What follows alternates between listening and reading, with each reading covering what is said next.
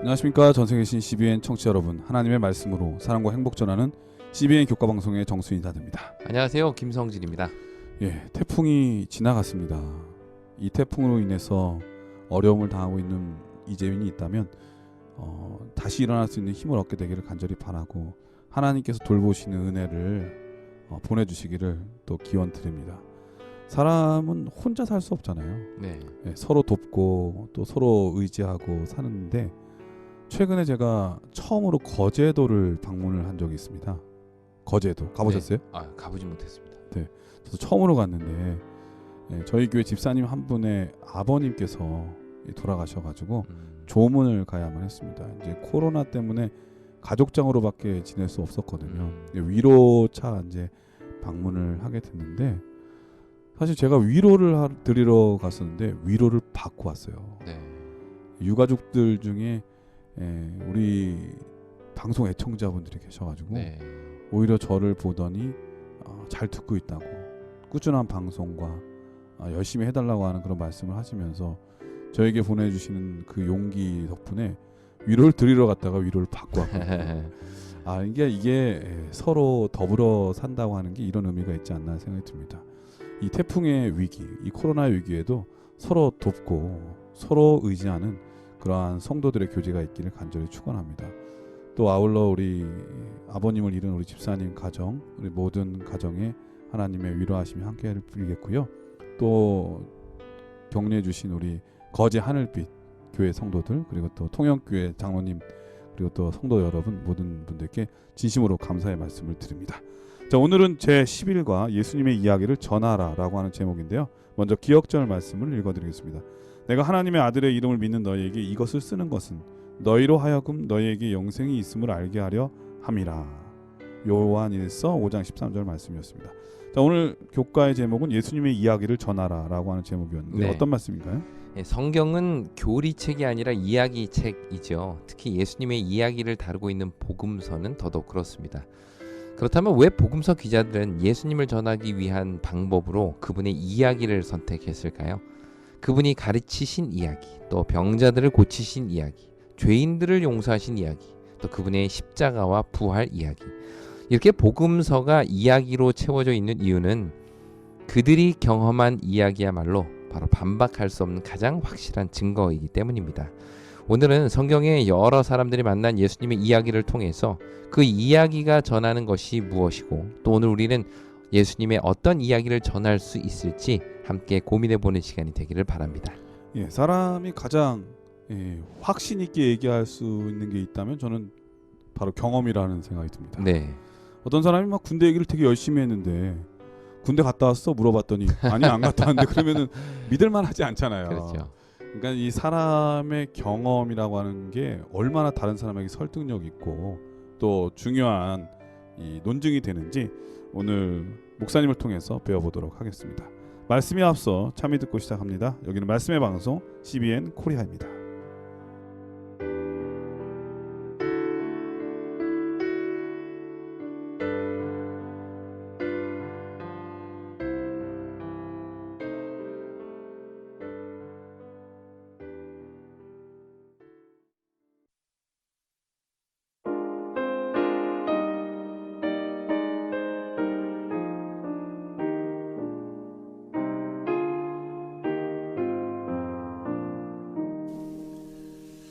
겸손히 주를 섬길 때 괴로운 일이 많으나 구주여 내게 힘주사 잘 감당하게 하옵소서.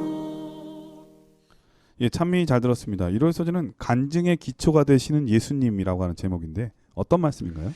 네, 목사님 혹시 다이어트 해보셨습니까? 다이어트요? 네. 다이어트는 지금도 하고 있습니다. 살이 안 빠져서 그렇죠. 보통 다이어트나 뭐 어떤 극적인 변화를 막 요구하는 그런 광고 있잖아요. 네네. 먹으면 빠진다고. 네, 뭐 먹으면 빠지기도 하고 뭐 다이어트도 되고 뭐 하여튼 그런 극적인 변화를 그렇게 원하는 광고는 네. 흔히 이 전략이 있는데 네. 이 비포 사진과 애프터 사진을 서로 이렇게 딱 대조해서 늘 광고를 합니다. 아, 요즘 제 페이스북에 네. 계속 그런 비슷한 게 올라오거든요. 근데 저는 다이어트가 아니라 네. 머리숱 없는 사진 그런 것도 많이 하죠. 머리 심은 다음에 후에 맞아요. 사진을 자꾸 올려가지고 네네. 저를 유혹을 많이 하네요. 요즘에.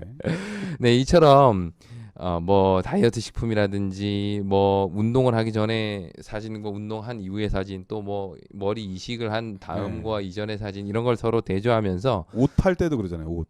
특별히 또 화장품 정말 많이 그렇게 선전하잖아요. 그렇죠. 네, 비포와 애프터. 애프터 그죠. 네, 바로 그렇게 확실히 하죠. 달라지니까. 네. 이처럼 효과를 극대화하기 위해서 이렇게 두 가지를 서로 대조해서 이야기하는데 이 말씀을 드린 이유는 우리의 간증도 이와 같다는 겁니다. 그러니까 간증은 보통 한 세 부분으로 나눠지잖아요. 첫째는 예수님 만나기 전에 나의 삶.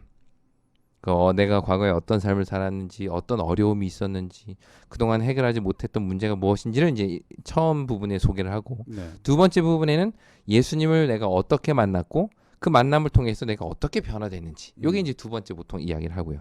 그리고 마지막으로 내가 앞으로 어떤 삶을 살아갈 것인가에 대한 결심. 뭐 이렇게 해서 보통 간증이 구성이 되잖아요. 이처럼 간증은 자기가 예수를 만나기 전과 이후의 모습을 서로 대조할 때 보다 더 극적으로 이렇게 보여지는 효과가 있습니다. 감동이 되죠.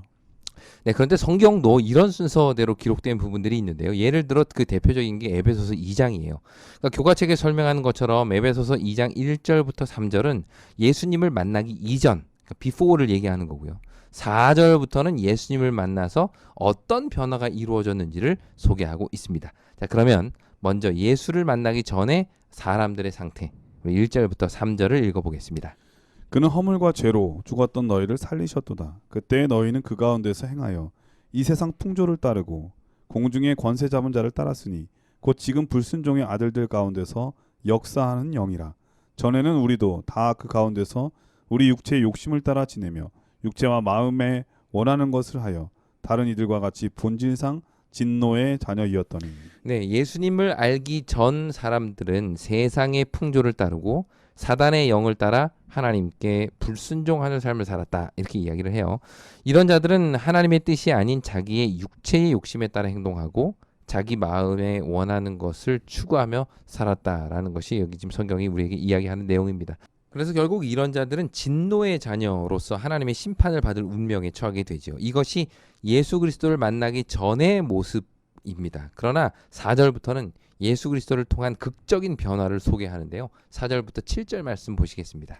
긍휼이 풍성하신 하나님이 우리를 사랑하신 그 큰 사랑을 인하여 허물로 죽은 우리를 그리스도와 함께 살리셨고 너희는 은혜로 구원을 받은 것이라. 또 함께 일으키사 그리스도 예수 안에서 함께 하늘에 앉히시니 이는 그리스도 예수 안에서 우리에게 자비하심으로써 그 은혜의 지극히 풍성함을 오는 여러 세대에 나타내려 하심이라.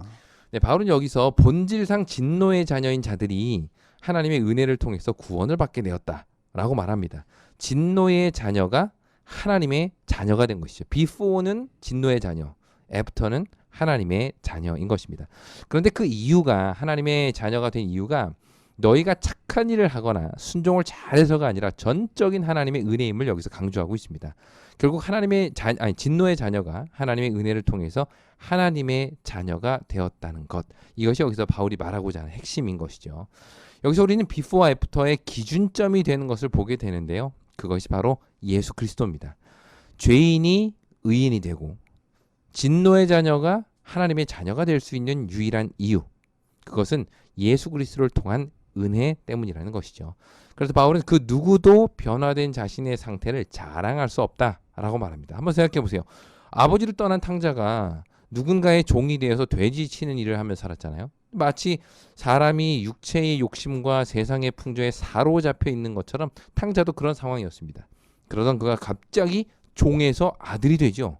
한마디로 진노의 자녀에서 하나님의 자녀가 됩니다. 이게 어떻게 가능할까요? 그 과정을 가만히 보면 그 어디에도 탕자 자신의 공로는 없습니다. 네. 오직 그 아들을 기다리고 또 품어주고 회복시키신 아버지 은혜 덕분이죠. 이것이 바로 우리의 간증이라는 것이죠. 그렇다면 여러분은 어떤 비포와 애프터를 가지고 있습니까? 예수님을 만나기 전과 그 이후. 또 더 나아가서 예수를 믿고 살면서도 그 안에서 은혜를 경험하기 이전과 그 이후에는 어떤 변화를 겪으셨나요? 이것이 우리의 간증이고요. 그러한 변화의 중심에 예수 그리스도가 계심을 고백하는 것, 그것이 바로 전도입니다. 내가 경험한 은혜, 또 내가 경험한 사랑, 그리고 나를 변화시키시는 그 하나님의 은혜, 이것을 삶으로 또 행동으로 간증하고 나타내는 우리 모두가 되기를 간절히 바랍니다. 네. 1월 소지는 간증의 기초가 되시는 예수님이라고 하는 제목인데 사실 사람은 이 시간과 뗄래야 뗄 수가 없잖아요. 네. 그래서 이 역사라고 하는 게 만들어지는데 우리 인간의 시간들을 전과 후로 나눈다면 바로 BC와 AD로 나눌 수 있잖아요. 네네. 그 중심이 바로 예수님. 네네. 그러니까 예수님 믿든 안 믿든 세상에 있는 모든 사람들은 예수님과 관련 있게 살아갈 수밖에 없거든요. 그런데 이왕이면 그 예수님에 대해서 모른 채 하고 지나가기보다는 어떤 분인가를 확실히 깨닫고 우리 인생 자체가 변화하고 소망으로 간직하는 그런 생애가 됐으면 정말 좋겠습니다. 이 월요일 소지는 개인 간증의 힘이라고 하는 제목인데 어떤 말씀인가요? 네, 월요일 소지 제목이 개인 간증의 힘이잖아요. 근데 간증은 일반적으로 말이나 글을 통해서 전달이 됩니다. 그런데 특이하게도 이 월요일 소지에서는 개인 간증의 힘이라고 제목을 하면서 요한의 말이 아니라 그의 삶에 대해서 이야기하고 있어요. 그러니까 한마디로 그의 삶이 그의 간증이라는 뜻입니다. 그렇다면 어떻게 요한의 삶이 간증이 될 수 있을까요? 우리가 잘 알듯이 이 세베대의 아들 요한과 야고보에게는 특별한 별명이 있었죠. 네, 우리의 아들. 네, 우레의 아들 보아너게라는 별명이 있었는데 뭐 이건 여담인데요. 혹시 이제 졸리신 분이 계실까 봐. 제가 이제 신학과 입학할 때 면접을 보잖아요. 예. 신학과 저희 때는 한 4분 정도가 이렇게 앉아 계셨고 돌아가면서 순번대로 면접을 봤었는데 그때 한 친구에게 한 교수님께서 이런 질문을 하셨다고 해요. 자네 우레의 아들이 누군가?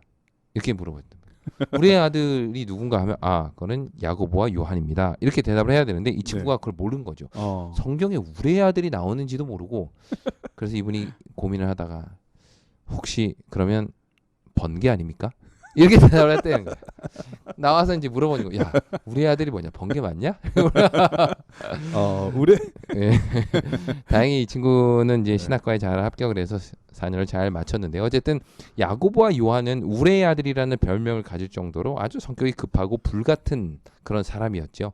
그 대표적인 예로 예수님과 제자들이 사마리아에 갔을 때 사람들이 예수님을 영접하지 않으니까 야고보와 요한이 주님 하늘에서 그냥 불 내려가지고 이 사람 다 멸하도록 기도할까요? 라고 말할 정도로 아주 쉽게 분노의 목소리를 내는 그런 사람이었던 것 같습니다. 하지만 이랬던 그가 사랑의 사도라는 별명을 가지게 된 것이죠. 사실 이 별명은 후대 기독교 공동체가 그에게 비춰준 별명인데요. 그가 이런 별명을 갖게 된 것은 바로 그의 서신 때문입니다. 그가 기록한 요한일서에 보면 처음부터 끝까지 사랑 이야기예요. 그 대표적인 말씀이 4장 7절과 8절입니다. 사랑하는 자들아 우리가 서로 사랑하자. 사랑은 하나님께 속한 것이니 사랑하는 자마다 하나님으로부터 나서 하나님을 알고 사랑하지 아니하는 자는 하나님을 알지 못하나니 이는 하나님은 사랑이심이라. 네, 우레와 같던 이 요한이 사랑을 외치는 사랑 전도사가 된 것입니다. 그는 단순히 사랑하라라고 말만 하는 사람이 아니라 사랑을 실천하는 사람임에 틀림없죠. 왜냐하면 그는 말하기를 요한일서 4장 20절에 하나님을 사랑하노라 라고 하고 형제를 미워하면 그는 거짓말하는 자다 라고 자신 있게 말하고 있기 때문입니다. 스스로 거짓말하는 사람이 되지는 않았습니다. 그렇죠. 네. 그러니까 요한은 여기서 그리스도인들이 하기 가장 쉬운 거짓말에 대해서 이야기를 하지요. 그것은 바로 하나님을 사랑한다 라는 거짓말입니다. 사실 우리는 다 하나님을 사랑하죠. 그리스도인 중에 하나님을 사랑한다 라고 고백하는 그 고백이 아무도 거짓이라고 생각하지는 않습니다. 그런데 그 말이 거짓인 이유는 형제를 미워하기 때문이라고 요한은 말합니다. 요한은 여기서 하나님을 사랑하는 것과 형제를 사랑하는 것이 결코 분리될 수 없음을 이야기한 것이죠. 하나님을 사랑하는 것은 신앙입니다. 반면에 형제를 사랑하는 것은 일상이죠. 그래서 보통 우리는 신앙과 일상을 구분하려 합니다. 그러나 성경은 신앙과 일상이 결코 분리될 수 없다고 말합니다. 그의 신앙은 일상을 통해 드러나고 또 그 일상은 신앙을 통해서 더욱 아름다워지기 때문이죠. 결국 요한의 메시지가 당시 교회들에게 그토록 강렬할 수 있었던 이유는 그의 간증, 즉 그의 일상에서 나타나는 그의 삶으로서의 간증이 바로 진정한 사랑을 보여주기 때문이지 않았을까 생각해 봅니다. 이러한 사랑의 마음 또 사랑이 담긴 삶으로서의 간증이 오늘 우리의 삶이 되기를 간절히 바랍니다. 예. 이 방송을 들으시고 혹시 나는 형제를 미워하고 있는 사람도 있을 수 있잖아요. 네, 그렇죠. 나는 거짓말장인가? 나 그러면은 하나님 앞에 이렇게 다녀도 될까? 하면서 신앙을 포기하는 사람도 있을지 모르겠어요. 네, 네, 네. 이런 뜻으로 주신 말씀이 아니라는 거 기억해야 됩니다. 네, 형제 미워하는 걸 포기하라는 거. 그렇죠. 하나님 사랑하는 걸 포기하라는 말. 자기 자신을 보면서 네. 실망해가지고 나 같은 사람이 무슨 이러면서 자포자기하는 경우가 종종 있거든요. 네, 네. 근데 이 말씀을 그렇게 오해하면 안 된다는 것. 네. 하나님께서는 이런 말씀을 통해서 다시 우리의 삶의 목표를 재수정하여서 하나님의 뜻대로 하길 바라는 것이지, 그렇다고 해가지고 더 멀어지기를 바라시는 것은 결코 하나님의 마음이 아니라고 하는 걸 우리가 기억해야 됩니다. 그리고 사람은 노력하는 거를 옆에서 보게 되면은 감동을 받거든요. 네. 누구든지. 특별히 이 개인 간증의 힘이라고 하는 주제인데, 이 삶을 통해서 다른 사람에 끼치는 영향을 생각해 볼 때 우리는 끊임없이 실패해서 다시 일어나서 노력하고 다른 사람에게 좋은 모습을 보여주기 위해서 애쓰는 사람이 돼야 되겠다는 생각이 듭니다. 네, 저도 이제 종종 교회에서 이렇게 보면 저희 이제 제가 지금 있는 그 청년교회도 마찬가지고 이렇게 정말 이전과 이후의 삶이 분명하게 이렇게 변화된 사람들을 보게 돼요. 네. 그런 모습을 보는 게 어떻게 보면 그 주변에 있는 사람들에게 가장 강력한 간증이 되고 증거가 되더라고요. 그래서 이렇게 극적인 우레의 아들에서 사랑의 사도로 변화된 이 요한의 모습 자체가 가장 아름다운 간증 중에 하나였다고 성경은 이야기하는 것이죠. 예. 화요일서지는 예수님의 이야기를 전함이라고 하는 제목인데요. 어떤 말씀인가요? 네, 복음서에 보면 예수님께서 가장 먼저 누군가를 선교사로 보내는 이야기가 나오는데 바로 마가복음 5장입니다. 그런데 놀랍게도 그렇게 선교사로 보냄을 받은 첫 번째 사람은 예수님의 제자들도 아니었고 우리가 잘 아는 어떤 초대교회 지도자도 아니고 바로 귀신 들린 자였죠. 마가복음 5장 18절과 19절입니다. 예수께서 배에 오르실 때 귀신 들렸던 사람이 함께 있기를 간과하였으나 허락하지 아니하시고 그에게 이르시되 집으로 돌아가 주께서 내게 어떻게 큰 일을 행하사 너를 불쌍히 여기신 것을 내 가족에게 알리라 하시니. 예, 마가복음 5장에는 귀신 들린 한 사람의 이야기가 나옵니다. 마태복음에는 같은 내용이 두 사람으로 이야기되기도 하는데요. 어쨌든 중요한 것은 예수님께서는 이날 이 사람을 위해 풍랑을 해치시고 오셨고 그를 회복하시고 그를 첫 번째 선교사로 파송하셨다는 사실입니다. 그는 예수님과 함께 있기를 원했죠. 자신도 예수님의 제자들처럼 그분을 따라다니면서 그 가르침을 받고 싶어 했습니다. 그러나 이때 예수님은 그렇게 예수님의 능력으로 회복된 이 귀신 들렸던 자에게 그 요청을 막으시고 오히려 집으로 돌아가서 주께서 내게 어떻게 큰 일을 행하셨는지를 내 가족들에게 알리라 라고 말씀을 하십니다. 즉 그에게 맡겨진 사명은 자신이 경험한 예수의 능력을 전하는 것이었죠. 그 누구의 이야기가 아니라 바로 자기 자신의 이야기 말입니다. 그는 예수님이 메시아라는 증거를 자기 몸에 지닌 자였습니다. 직접 예수를 만나고 구원을 경험했다는 뜻이죠. 그런 의미에서 그는 자신이 만난 예수님을 전해야 할 의무가 있었던 것입니다. 네, 이 사람은 뭐 굳이 예수님을 가까이 따르지 않는다 할지라도 예수님 마음에 늘 있기 때문에 예수님의 제자로서 사는 거는 확실한 것 같으네요. 네. 어디 가든지. 그래서 어떻게 보면 자기가 경험한 그 가장 확실한 구원의 경험이 가장 분명한 어떤 증거가 될 수 있는 건데요. 또 요한복음 9장에 보면 예수님께서 나면서 맹인된 자를 고치는 이야기가 나오는데 그날은 안식일이었습니다. 그러니까 소경이었던 자가 자기 자리를 들고 막 돌아다니니까 사람들이 깜짝 놀라서 그에게 물은 거죠. 그때 그는 예수님이 나를 고쳐주셨다라고 이야기를 합니다. 그러자 유대 지도자들과 주변에 있던 바리새인들은 예수가 죄인이다 이렇게 이야기를 해요. 아마도 예수님이 자신들이 가지고 있는 그 여러 가지 신앙의 원칙에 벗어나는 행동을 했기 때문일 텐데요. 이때 소경은 그 말을 듣고는 이렇게 대답합니다. 요한복음 9장 25절입니다. 대답하되 그가 죄인인지 내가 알지 못하나 한 가지 아는 것은 내가 맹인으로 있다가 지금 보는 그것이니이다. 네. 사실 이만큼 강력한 증거가 또 있을까요? 네. 그러니까 바리새인들이 어떤 이유에서 예수를 죄인이라고 하는지, 뭐 율법과 전통이 어디까지가 죄고 어디부터가 죄가 아닌지 자기는 잘 모르겠다는 거예요. 그런데 한 가지 확실한 건 내가 맹인으로 있다가 지금은 본다라는 사실입니다. 이것은 그 누구도 부정할 수 없는 분명한 사실이요. 나는 바로 그것을 전하고 있다라고 이야기한 것이죠. 사실 앞을 못 본 사람에게 앞을 보게 해주는 것만큼 더 큰 축복이 어디 있습니까? 그러니까요. 그러자 이 화가 난 사람들은 그에게 욕을 하면서 이 사람이 어디서 왔는지 알지 못한다 이렇게 이야기를 합니다. 이 말은 예수의 이런 능력이 하나님으로부터 온 건지 아니면 사단으로부터 오는 건지 알 수 없다는 것이죠. 그때 이 말을 들은 이 맹인은 더 기가 차서 이렇게 이야기를 합니다. 30절입니다. 그 사람이 대답하여 이르되 이상하다. 이 사람이 내 눈을 뜨게 하였으되 당신들은 그가 어디서 왔는지 알지 못하는도다. 네, 소경이 보기에는 이 너무나도 확실하고 당연한 것을 왜 그들이 알지 못하는지 이상한 겁니다. 31절에 보면 하나님은 경건한 자의 말을 들으시는데 예수님의 말씀에 응답하셨다는 말은 하나님께서 보실 때 예수님이 경건한 자, 의인이라는 뜻이 아니겠느냐. 사실 창세 이후부터 맹인으로 태어난 사람 중에 눈 뜬 사람이 누가 있냐? 나는 그렇게 눈을 떴다. 그랬던 예수를 왜 믿지 못하는지 그건 난 도저히 이해할 수 없다. 이상하다. 이렇게 이야기를 한 거죠. 죄인으로 몰아가고. 네, 몰아가고. 이것이 바로 예수의 증거를 몸에 지닌 자의 확신입니다. 그러니까 오늘 우리는 어떤 예수의 흔적을 우리의 삶에, 우리의 몸에, 우리의 마음에 가지고 있나요? 귀신 들린 자가 회복되고 또 맹인이 앞을 보게 되는 이런 기적적인 일들이 혹시 우리의 삶에 벌어지고 있지는 않습니까? 그런 극적인 사건이 아니더라도 예수님을 만남으로써 내 삶이 변화되고 우리의 가정이 회복되고 나의 꿈이 바뀌어가는 그러한 경험을 한 적은 없으신가요? 바로 그런 경험이 우리가 지닌 예수의 증거입니다. 그리고 나만이 이야기할 수 있는 그 증거의 삶이 이제 우리의 삶으로 전달되게 되는 것이죠. 이러한 전달, 이러한 선포가 우리의 삶에 오히려 일상으로 있게 되기를 간절히 바랍니다. 네, 화요일 소지는 예수님의 이야기를 전함이라고 하는 제목이었는데 우리가 누군가와 대화를 할 때 대화의 주제가 무엇인가 한번 생각해 보면 이 말씀을 듣고 좀 생각 한번 해볼 필요가 있지 않나 생각이 듭니다.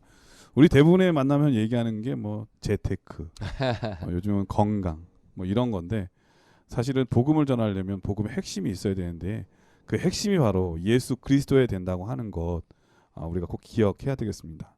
그러니까 끝날 때는 항상 그래도 우리가 정말 그 사람을 만나서 가깝게 하는 이유가 복음 전하는 거라면은 예수님에 대한 이야기 하나 정도는 해주고 오는 게 맞지 않나 그런 생각이 듭니다. 때를 어떤지 못 얻든지 항상 힘쓰는 저와 여러분 되기를 간절히 축원합니다. 자, 그럼 여기서 찬미 한 곡 들으신 다음에 계속해서 수요일, 목요일 소지를 공부하도록 하겠습니다. 여기는 말씀의 방송 CBN 코리아입니다.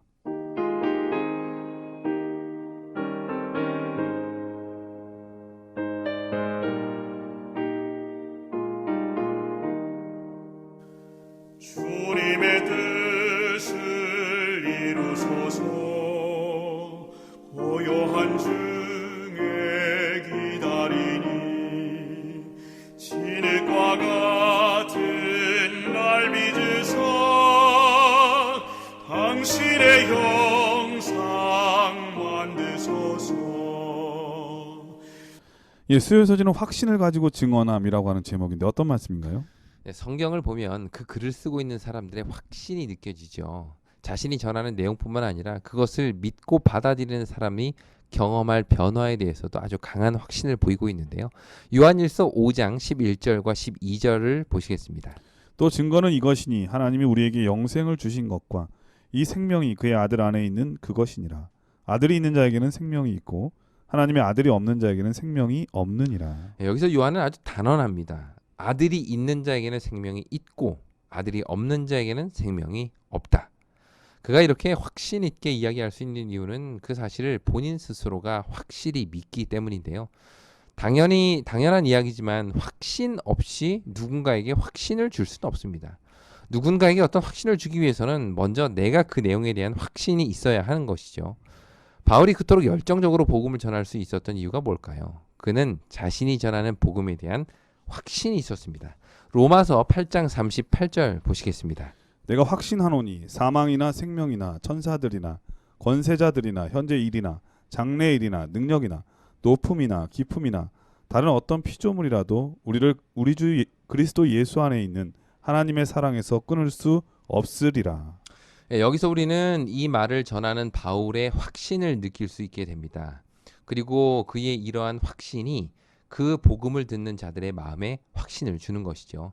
이것이 바로 복음을 전하는 자에게 꼭 필요한 요소입니다. 내가 전하는 복음에 대한 확신, 또 내가 가르치는 진리에 대한 확신, 그것이 없다면 결코 다른 사람에게 확신을 줄 수는 없겠죠. 그런데 여기서 우리가 한 가지 기억해야 할 것은 전도자가 가져야 할 확신은 자신에 대한 확신이 아니라 그리스도에 대한 확신이어야 한다는 겁니다. 뭐 당연한 얘기 같지만 경험이 쌓이고 지식이 들어가면 자기도 모르는 사이에 자기 자신에 대한 확신을 갖게 되더라고요. 저 사람을 전도할 수 있다는 확신, 내가 가진 강목으로 상대방을 설득할 수 있다는 확신, 이 사람을 몇 번만 만나면 몇 번 만에 나는 침내줄 수 있다라는 어떤 그런 확신.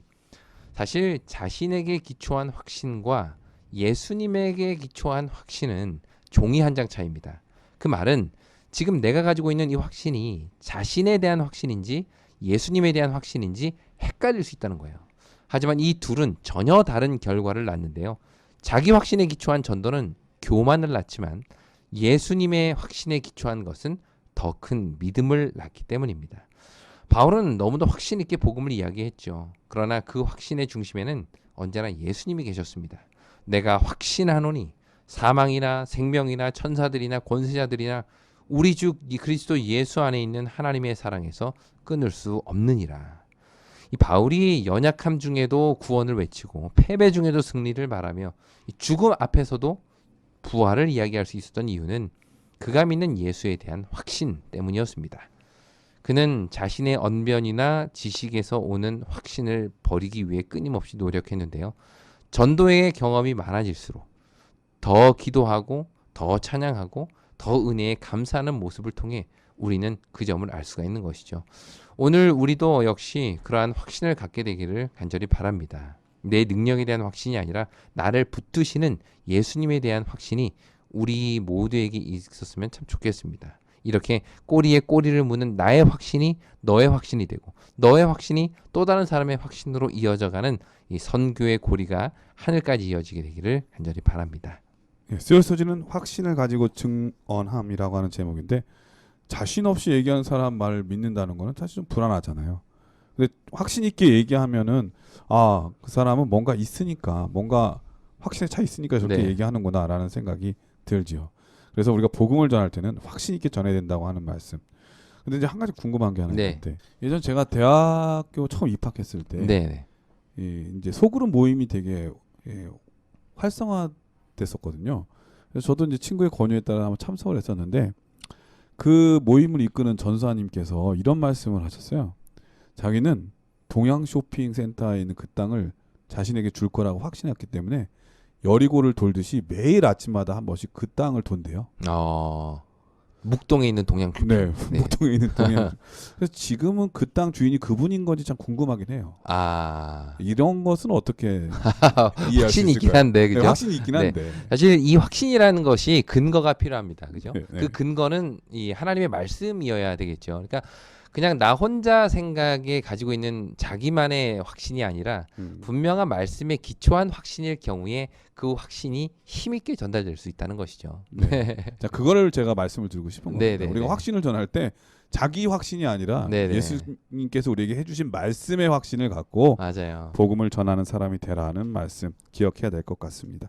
목요일 소지는 증언할 가치가 있는이라고 하는 제목입니다. 어떤 말씀인가요? 네, 조금 전 수요일 소지에서도 말씀을 드렸듯이요. 복음을 전하는 자가 자기 확신이 아닌 예수님에 대한 확신을 가져야 한다라는 말씀을 드렸는데 이 목요일 소지에서는요. 우리의 시선이 자기 희생이 아니라 예수님의 희생에 집중해야 된다라는 것을 이야기합니다. 사실 복음을 전하고 또 복음 안에 사는 삶이란 희생을 요구합니다. 예수님께서도 당신의 제자로 살아가는 삶은 자기 십자가를 지는 삶이다 라고 이야기를 하셨는데요. 그만큼 내가 내려놓고 또 감내해야 할 부분들이 많다는 뜻이죠.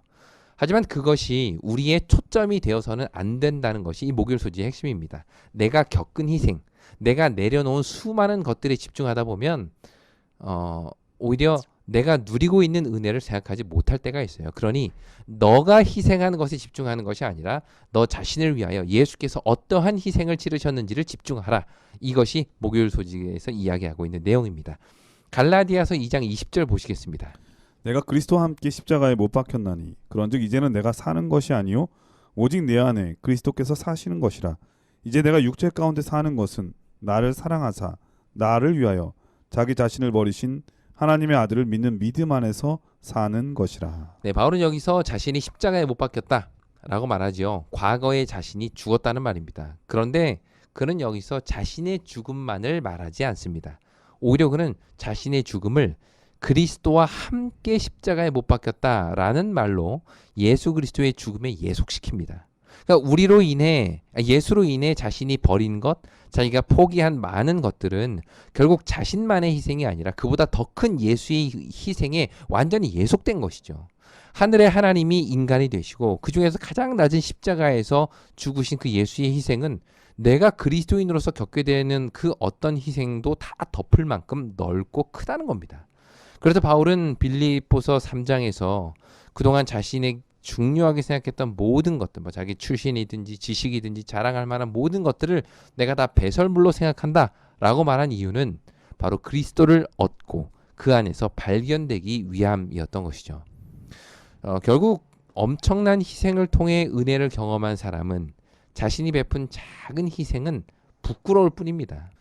마치 1만 달란트 탕감받은 자가 100데나리온 탕감해주고는 야 내가 이만큼 탕감해줬으니 똑바로 해 고마운 줄 알아 이렇게 할 수 없이 오히려 적게 탕감해준 것을 부끄럽고 당연하게 여기는 것처럼 예수님의 엄청난 은혜와 희생 앞에서 그분의 희생은 우리의 희생은 더 겸손히 머리를 숙일 수밖에 없는 것이죠.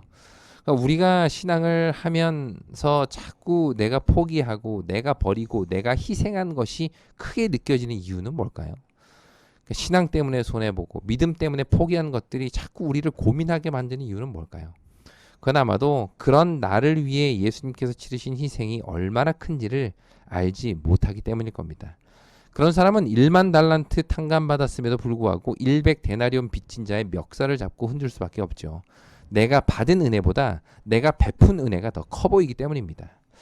혹시 오늘 우리의 초점이 이렇게 내가 베푼 은혜, 내가 포기한 많은 것들에 맞춰져 있다면 이 시간 잠시 나를 위해 희생하신 그 예수님에 대해 조용히 묵상해 보시면 어떨까요?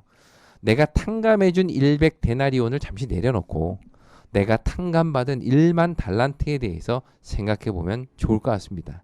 이렇게 나의 희생이 아닌 예수님의 희생에 집중할 때 우리는 그 은혜를 찬양할 수밖에 없겠죠. 전도는 바로 거기에서부터 시작이 되는 겁니다. 받은 사랑과 받은 은혜에 감사할 때 마침내 전도는 시작이 되죠. 이런 감사와 찬양이 우리 모두의 삶에 넘쳐나게 되기를 간절히 바랍니다. 네, 목요일서는 증언할 가치가 있는이라고 하는 제목이었는데 그러니까 목사님 말씀 듣다가 이제 그런 생각이 들어요. 이런 것 때문에 실제로 고민하고 낙담하는 사람들이 주변에 있거든요. 예수님 때문에 자기는 중요한 걸 포기했는데 그렇지 않은 사람들의 잘 나가는 모습을 보면서 또 그뿐만이 아니라 주변에 있는 사람들한테 또 칭찬받는 그런 모습을 보면서 나는 포기해가지고 너무 초라해진 것 같고 이런 네네. 갈등이 들 때가 있거든요. 그렇죠. 이럴 때에 우리는 누군가의 지금의 형편을 비교하기보다는 나를 위해서 희생하신 예수님의 보혈과 공로 그 사랑을 한번 더 깊이 생각한다면 이것도 기꺼이 내가 감당할 수 있는 것이구나 라는 생각을 하지 않을까 그런 생각이 듭니다. 근데 그게 쉬운 건 아닐 것 같아요. 네. 항상 우리는 세상 사람들이 비교하기를 좋아하니까 세상 사람들이 비교하는 그 비교보다 내가 간직한 예수님이 더 고귀하게 보일 줄 아는 그런 가치 있는 인생 우리 모든 인생이 됐으면 정말 좋겠습니다. 목사님께서 이번 교과를 간략하게 정리해 주시고 기도하고 마치도록 하겠습니다. 네, 오늘 우리는 내가 경험한 예수님의 이야기를 전하는 것에 대해서 살펴보았죠. 예수님을 전한다는 것은 내가 경험한 예수님의 이야기를 전하는 것이요. 그분을 통해 변화된 내 삶을 보여주는 것입니다. 오늘날 전도가 잘 안 되는 이유는 뭘까요? 물론 오늘날 문화나 또 사람들의 가치관 등과 같이 어떤 외부적인 요인들도 분명히 있겠지만 그 이유를 우리 자신에게서 한번 찾아보면 첫째로 내가 만난 예수님의 이야기가 없다는 사실이요. 둘째는 그 만남을 통해 변화된 나의 삶이 없기 때문은 아닐까요? 요한도 바울도 귀신 들린 자나 소경이 되었던 자도 모두 자신이 만난 예수님의 이야기가 있었습니다. 그리고 더 나아가 예수를 통해 변화된 자기의 삶이 있었죠. 오늘날 세상은 이 두 가지를 보고 싶어 합니다. 예수님을 만난 나의 이야기, 그리고 나의 변화된 삶. 이 두 가지가 오늘 우리 각자를 통해 주변에 있는 많은 사람들에게 전달되었으면 좋겠습니다. 네, 목사님께서 기도해 주시고 교과를 마치도록 하겠습니다. 하늘에 계신 아버지 하나님, 오늘 우리에게 다시 한번 도전이 되는 말씀을 허락해 주시니 그 은혜를 감사드립니다. 주님, 우리가 예수를 믿고 산다고 하면서도 주님을 통하여 변화된 삶이 없고 주님과 뜨거웠던 그 이야기가 없음을 고백하게 됩니다. 간증 자체가 내 삶의 이야기고 그 삶의 이야기가 삶의 행위로서 증거될 수 있다는 사실을 기억하게 하시고 내가 만난 예수님의 귀한 은혜로 나의 삶이 변화되고 그 삶을 통해 예수를 증거할 수 있는 우리 모두가 되게 인도하여 주시옵소서. 아멘. 예수님의 이름으로 기도드립니다. 아멘. 네, 전세계 계신 CBN 청취자 여러분, 복음을 전할 때 가장 좋은 샘플은 바로 나 자신일 때 힘이 있는 것 아니겠습니까? 오늘도 여러분 자신이 좋은 복음의 샘플이 되기를 간절히 바라면서요. 저희는 다음 주에 다시 찾아뵙도록 하겠습니다. 안녕히 계십시오. 안녕히 계세요.